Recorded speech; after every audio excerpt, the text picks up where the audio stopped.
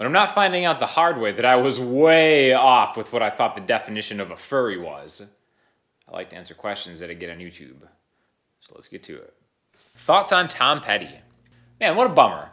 I mean, I remember when I first started getting into music that wasn't like white kid in junior high listening to hip-hop music, Tom Petty's Greatest Hits was one of the very first albums I ever bought, and that was absolutely 100% my intro into good music, rock music. Because like my parents didn't really listen to anything cool. They were always listening to like smooth jazz and crap like that. So even though I haven't listened to Tom Petty in a long time, he will always have like a soft spot in my heart and being like one of like the early adopters of just getting me into like what I consider like good music and what my kind of tastes are nowadays.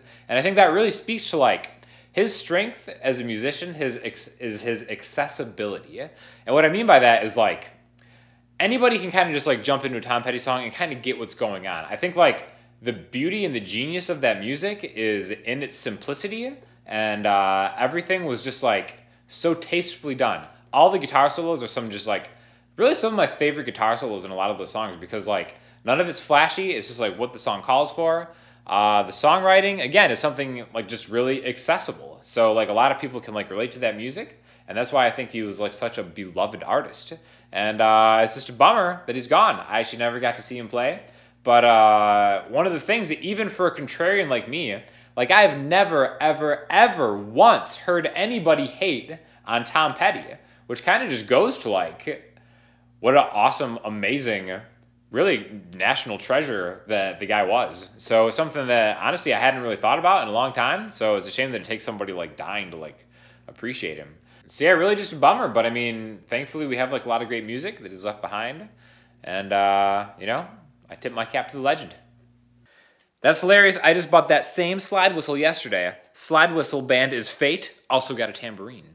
So this is actually in relation to the idea that I had with Ian on the live feed that I was going to start a slide whistle band. And I actually looked up recently some slide whistles because, you know, there's a lot of, just like any instrument, a lot of different types of quality out there. There's the cheap ones, there's expensive ones, and as you know me, I pride myself on my professionalism. So if I'm going to get a slide whistle, I'm going to do it right because I'm a bit of a slide whistle elitist. Now, what I was not prepared to find was some of the user reviews. Like I was just checking out Amazon, and if you don't do this, you got to do this. You got to read the user reviews for anything you buy on Amazon to make sure it's legit. But every now and then they have the option where a verified purchaser can upload a picture with the actual product. So I'm going to feature this one right here because it is the absolute best customer feature I've ever seen from the purchaser of a slide whistle. And this guy has become my absolute hero. And in fact, it's guys like this that they kind of give me hope in the human race after a week like this. So especially because he ended his review with, hold on, let me find it. Yeah, he actually ended the review with, "Cheers, my whistle boys." So Steve from Amazon, if you're watching this, cheers, my whistle boy. Great crispy lesson. A band is playing a gig and they're a man down. You are the replacement musician. Which band and which place in the band would you play for only one gig? And your band is playing a gig. Who would you have as a stand-in musician? And which spot would they play? All right, so if I need somebody to stand in for one of my gigs, specifically one of these like acoustic duo gigs I'm doing, I'm picking Danny Carey, the drummer from Tool, to sit in because that guy's just a beast.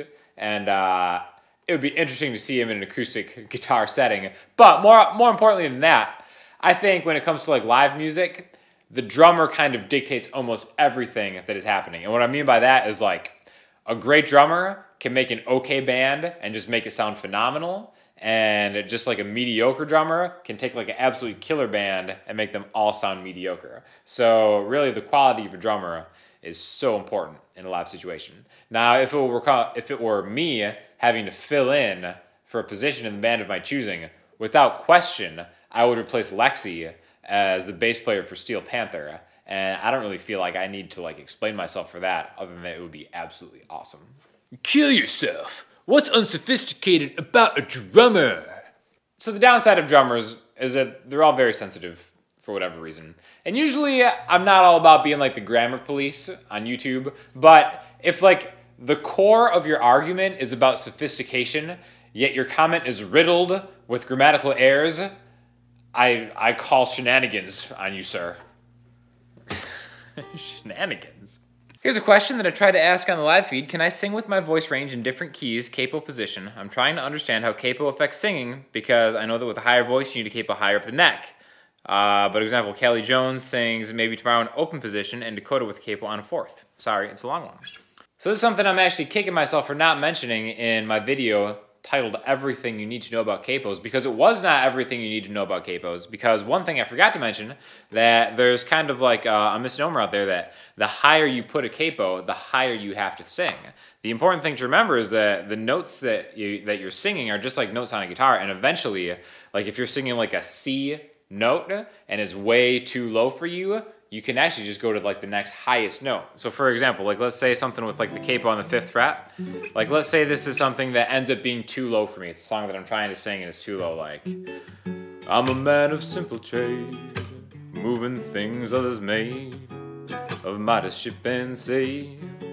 So I can actually sing that higher by moving the capo lower, because the notes that I'm hitting are going to be higher notes. Like let's say I just go to the 1st fret and then I play the exact same thing, but I'm going to sing higher notes because that's more of like my range. Like I'm a man of simple trade, moving things others made, of modest ship and sea, blown by the western gate. So really it's not about moving the capo up and down, having to sing higher or lower. Now, when it comes to like maybe just moving it like a little bit higher or a little bit lower, then yeah, you know, if you're close to your range but it's a little too high, just bring that capo down. Now, if it's close to your range and you can't go any lower, really just use different chords and bring the capo higher. So it's not always the same as just like, okay, I need to sing in a higher key. That's why it's really important to know how to transpose different chords. Like if you're playing something in the key of G, you might want to play it the chords in the key of C and sing in a different range. So that's why capos are really useful to a point, but you still got to know how those chords work and be able to transpose them. All right, for listening homework, I'm going to throw you to a guy who I really had never heard of before, shamefully, and I just got to see live about a week ago. Taj Mahal, absolutely awesome blues player, and instantly one of my favorite blues guitar players ever, and honestly like the best live male vocalist I have ever heard. He did this, he's touring right now with Capo, like another one of my favorite blues guitar players of all time who have featured on the QA before. I think in the inaugural QA, actually. And yeah, Taj Mahal, absolutely awesome musician, great singer, great player, plays a ton of different instruments. He has like a very cool signature spin on blues music. One of the things that one of the reasons it seems like I'm actually kind of salty myself towards blues music is because I feel like a lot of it is the same. And something that I really appreciate in his music is that it actually draws from like tons of different genres, but it's his interpretation in a blues format. And a lot of it is just kind of like actually like hopeful type sounding music. So I'm a huge Taj Mahal fan. Definitely check out some of his stuff, specifically the song Queen Bee, which I'm going to link you to, which is also an excellent intro into really cool finger-picking style guitar, which I might talk more about in the future too. And if you have any questions, comments, or anything else, hit me up on Instagram, Twitter, the website, or the comment section below, and I'll talk to you all soon. Thanks a lot.